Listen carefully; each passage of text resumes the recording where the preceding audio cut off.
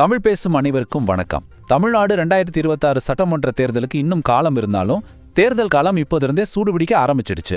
இது வெறும் அரசியல் கட்சிகளுக்கு இடையான போட்டி மட்டும் இல்ல, இது வாக்குறுதிகளோட ஒரு பிரம்மாண்டமான யுத்தம். உங்க வங்கி கணக்குல பணம், கடன் தள்ளுபடின்னு அடுத்தடுக்கு அறிவிப்புகள் வரப்போகுது. ஆனா இந்த அறிவிப்புகளுக்கு பின்னாடி இருக்கிற உண்மைகள் என்ன, அதோட நிபந்தனைகள் என்னென்ன, இதை பத்தி தான் நம்ம இப்ப விரிவாக பார்க்க போறோம். ஒரு வாக்காளரா நீங்க கண்டிப்பா தெரிஞ்சுக்க வேண்டிய மிக முக்கியமான தகவல்கள் இதுல இருக்கு. ஆமா, தேர்தல் வர வர உங்க பேங்க் அக்கவுண்ட்டுக்கு பணம் வரும், கடன் தள்ளுபடியாகும், இலவசங்கள் கிடைக்கும்னு வாக்குறுதிகள் மழை மாதிரி கொட்ட போகுது. ஆனா இந்த கவர்ச்சிகரமான அறிவிப்புகளுக்கு பின்னாடி இருக்கிற நிபந்தனைகள் பத்தி உங்களுக்கு தெரியுமா? இது யாருக்கு நிஜமாவே கிடைக்கும், யாருக்கு கிடைக்காது? இந்த விவரங்களை ஆழமா புரிஞ்சுக்கிறது ஒரு வாக்காளரா நம்மளோட கடமை. ஏன்னா அறிவிப்புக்கும் நடைமுறைக்கும் நடுவுல பல நுணுக்கமான விஷயங்கள் இருக்கு. இந்த முழு விஷயத்தையும் நாம படிப்படியா பார்க்கலாம். முதல்ல தேர்தல் காலத்துல பணம் எப்படி ஒரு பெரிய விளையாட்டா மாறி இருக்குன்னு பார்ப்போம். அதுக்கப்புறம் நேரடி பண பரிமாற்றம், கடன் தள்ளுபடின்னு ஒவ்வொரு வாக்குறுதியும் ஒப்பிட்டு பார்ப்போம். ரொம்ப முக்கியமா இந்த திட்டங்களோட நிபந்தனைகள் என்னென்னு ஆழமா அலசி கடைசியா இது ஒரு வாக்காளரா உங்களை எப்படி பாதிக்கும்னு பேச போறோம். சரி, வாங்க முதல் பகுதிக்குள்ள போகலாம். 2026 சட்டமன்ற தேர்தல் வர இன்னும் நாள் இருந்தாலும் அரசியல் கட்சிகள் இப்பவே தங்களோட வியூகங்களை வகுக்க ஆரம்பிச்சிட்டாங்க. அதுல ரொம்ப முக்கியமானது இந்த நிதி சார்ந்த வாக்குறுதிகள் தான். இது மக்களோட வாக்குகளை நேரடியாக கவரக்கூடிய ஒரு சக்தி வாய்ந்த கருவியா மாறிடுச்சு. இங்க எங்களோட நோக்கம் எந்த ஒரு கட்சிக்கும் ஆதரவா பேசுறது கிடையாது. ஆளும் கட்சியா இருக்கட்டும், எதிர்கட்சியா இருக்கட்டும், இல்ல மத்திய அரசா இருக்கட்டும், எல்லா தரப்புல இருந்து வர்ற அறிவிப்புகளையும், வரலான்னு எதிர்பார்க்கப்படுற திட்டங்களையும் எந்த ஒரு சார்பும் இல்லாம உள்ளது உள்ளபடியே உங்க முன்னாடி வைக்கிறது மட்டும்தான். தேர்தல் வாக்குறுதிகள்ல இப்போ இருக்கிற லேட்டஸ்ட் ட்ரெண்ட் என்னன்னா, மக்களோட பேங்க் அக்கவுண்ட்டுக்கே நேரடியா பணத்தை போடுறது தான். இதுல நடுவுல எந்த இடைத்தரகரும் இல்லாததால உதவி நேரடியா மக்களுக்கு போய் சேருது. அதனால இதுக்கு மக்கள் மத்தியில ஒரு பெரிய வரவேற்பு இருக்கு. சரி, இந்த போட்டியில யார் யார் இருக்காங்கன்னு பாப்போமா? இங்க ஒரு நேரடியான போட்டியே நடக்குது. மாநில ஆளும் கட்சியான திமுக அவங்களோட வெற்றிகரமான திட்டமா நினைக்கிற மகளிர் உரிமை தொகை திட்டத்தை இன்னும் விரிவுபடுத்த நினைக்கிறாங்க. இதுக்கு ஒரு செக் வைக்கிற மாதிரி மத்திய அரசு ஒரு பிரம்மாண்டமான தொகுப்பு திட்டம் மூலமா மாநில அரசோட திட்டத்தை விட ஒரு படி மேல போக தயாராகிட்டு வர்றதா தகவல்கள் சொல்லுது. இது ஒரு அரசியல் சதுரங்க ஆட்டம் மாதிரி தான் இருக்கு. இந்த 5000 ரூபாய் திடீர்னு கொடுத்த ஒரு பரிசு பணம் இல்ல, இது ரொம்ப சரியா திட்டமிட்டு கொடுக்கப்பட்டிருக்கு. கலைஞர் மகளிர் உரிமை தொகை திட்டத்தின் கீழே ஜூன், ஜூலை, ஆகஸ்ட் மாசத்துக்கான 3000 ரூபாயை முன்கூட்டியே கொடுத்தோம். அது கூட கோடைக்கால சிறப்பு நிதியா ஒரு 2000 ரூபாயையும் சேர்த்து மொத்தமா 5000 ரூபாய் பேங்க் அக்கவுண்ட்டுக்கு அனுப்பப்பட்டது. மக்களவை தேர்தலுக்கு முன்னாடி இந்த பணம் கொடுக்கப்பட்டது பெண் வாக்காளர்களை கவர ஒரு முக்கியமான உத்தியா பார்க்கப்பட்டுச்சு. இன்னொரு பக்கம் மத்திய அரசோட இந்த 12000 ரூபாய் திட்டம் பத்தின செய்திகள் வெளியாயிருக்கு.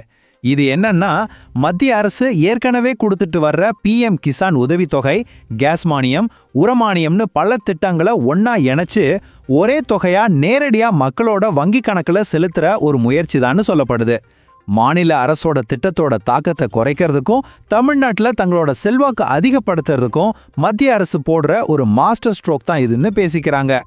சரி, நேரடி பண பரிமாற்றத்துக்கு அடுத்தபடியா வாக்காளர்களை ரொம்பவே இருக்கிற இன்னொரு முக்கியமான வாக்குறுதி கடன் தள்ளுபடி மற்றும் மானியங்கள். இதுல குறிப்பா பிரதான எதிர்க்கட்சியான அதிமுகவோட உத்தேச வாக்குறுதிகள் சமூகத்தோட பலதரப்பட்ட மக்களை குறி வச்சு தயாரிக்கப்பட்ட மாதிரி தெரியுது. அதை பத்தி கொஞ்சம் விரிவா பார்க்கலாம். அதிமுகவோட இந்த உத்தேச வாக்குறுதி பட்டியலை பாருங்க. ஆட்டோ ஓட்டுநர்கள், நடைபாதை வியாபாரிகள், மாற்றுத்திறனாளிகள்னு குறிப்பிட்ட பிரிவினரோட பொருளாதார சுமையை குறைக்கிற வகையில முழு கடன் தள்ளுபடியும் இருக்கு. அதே சமயம் எல்லா ரேஷன் கார்டு வச்சிருக்கிறவங்களுக்கும் பொதுவான சலுகைகளும் இருக்கு. இது எல்லா தரப்பு வாக்குகளையும் ஒன்னா சேர்க்கிற ஒரு பெரிய முயற்சியாகவே பார்க்கப்படுது. ஆனா இந்த எல்லா கடன் தள்ளுபடி வாக்குறுதிகள்லையும் மக்கள் ரொம்ப ஆவலா எதிர்பார்க்கிறது இந்த நகைக்கடன் தள்ளுபடியை தான். ஏன்னா தமிழ்நாட்டு மக்களோட வாழ்க்கையில தங்கம் ஒரு முக்கியமான அங்கம். அவசர தேவைக்கே அவங்க முதல்ல நம்புறது நகைக்கடனை தான். அதனால இந்த நகைக்கடன் தள்ளுபடி அறிவிப்பு போன தேர்தல்களில் ஒரு பெரிய தாக்கத்தை ஏற்படுத்தின மாதிரி வர்ற தேர்தல்லையும் ஒரு முக்கியமான திருப்பு முனையா இருக்கலாம். சரி, இவ்ளோ வாக்குறுதிகள், இவ்ளோ திட்டங்கள் கேட்கறதுக்கே ரொம்ப நல்லா இருக்கு. ஆனா இந்த எல்லா அறிவிப்புகளுமே கண்டிப்பா சில நிபந்தனைகளுக்கு உட்பட்டது.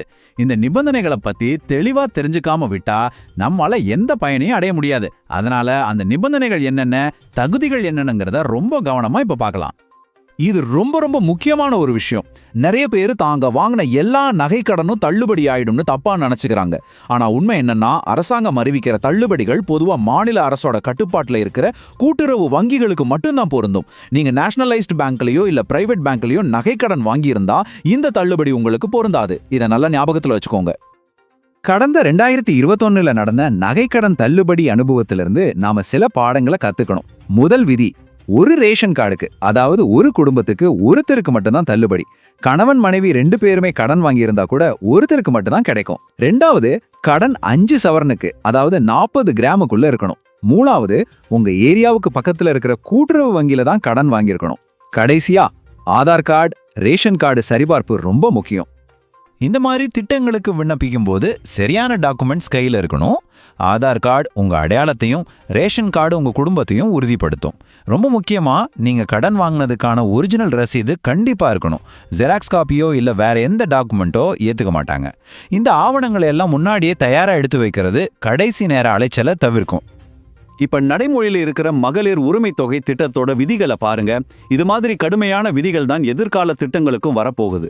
அதாவது, உங்க குடும்பத்தோட வருமானம் வருஷத்துக்கு 2.5 லட்சத்தை தாண்டினா, உங்ககிட்ட கார் இருந்தா, நீங்க இன்கம் டாக்ஸ் கட்டினா, இல்ல அரசு ஊழியரா இருந்தா இந்த மாதிரி திட்டங்கள் உங்களுக்கு கிடைக்காது. வாக்குறுதி கொடுத்தாலும் இது மாதிரி பல காரணங்களால லட்சக்கணக்கான குடும்பங்களுக்கு இந்த உதவிகள் கிடைக்காம போக வாய்ப்பு இருக்கு. வாக்குறுதிகள், திட்டங்கள், நிபந்தனைகள்னு எல்லாத்தையும் பார்த்துட்டோம். இப்போ இதோட அரசியல் தாக்கம் என்ன, ஒரு வாக்காளரா நாம இதை எப்படி பார்க்கணும்னு அலசலாம். இதுதான் இந்த பகுப்பாய்வோட முக்கியமான சாராம்சம். நாம ஒன்னு தெளிவா புரிஞ்சுக்கணும். இதெல்லாம் வெறும் நலத்திட்டங்கள் மட்டும் இல்ல. இது ஒவ்வொரு வாக்குகளையும் ஜெயிக்கிறதுக்காக கட்சிகளால ரொம்ப கவனமா வடிவமைக்கப்படுற அரசியல் ஆயுதங்கள். ஒரு கட்சி ஒரு அறிவிப்பை வெளியிட்டா இன்னொரு கட்சி அதை விட பெரிய அறிவிப்பை வெளியிட்டு முந்த பாக்குது. இந்த வாக்குறுதி போர் 2026 தேர்தலை இதுக்கு முன்னாடி இல்லாத அளவுக்கு ஒரு கடுமையான போட்டியா மாத்தப் போகுது. இந்த மாஸ்டர் ஸ்ட்ரோக் அப்படிங்கிற வார்த்தையே இந்த திட்டத்தோட அரசியல் முக்கியத்துவத்தை நமக்கு உணர்த்துது. இது மாநில அரசோட திட்டங்களுக்கு போட்டியா மட்டும் இல்லாம மத்திய அரசுக்கும் தமிழ்நாட்டு மக்களுக்கும் ஒரு நேரடி தொடர்பை உருவாக்குற முயற்சியாவும் பார்க்கப்படுது. இது மூலமா தமிழ்நாட்டுல தங்களோட வாக்கு வங்கியை கணிசமா உயர்த்த முடியும்னு கணக்கு போடப்படுது. இங்க ஒரு சுவாரஸ்யமான திரைமறைவு தகவல் இருக்கு. கட்சிகள் சும்மா காத்துல வாக்குறுதிகளை அள்ளி வீசுறதில்ல.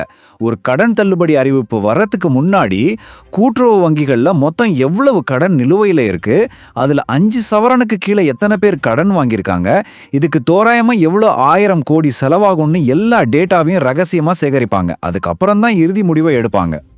வாக்குறுதிகளோட இந்த யுத்தத்துல கட்சிகள் அவங்கவங்க கணக்க போடுறாங்க. ஆனா இறுதி எஜமானர்களான மக்கள் என்ன முடிவு செய்ய போறாங்க?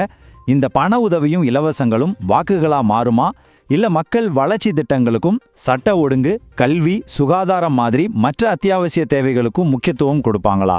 உங்களுடைய தீர்ப்பு என்னவா இருக்கும்? இந்த மாதிரி ration card updates, government scheme news எல்லாம் தெரிஞ்சுக்க மறக்காம சப்ஸ்கிரைப் பண்ணி வச்சுக்கோங்க. இந்த வீடியோ பத்தி நீங்க என்ன நினைக்கிறீங்கன்னு கமெண்ட்ல சொல்லுங்க. இது உங்க ஃப்ரெண்ட்ஸ் அண்ட் ஃபேமிலிக்கும் ஷேர் பண்ணுங்க. வீடியோ பிடிச்சிருந்தா லைக் பண்ணுங்க. தமிழ் பேசும் அனைவருக்கும் நன்றி.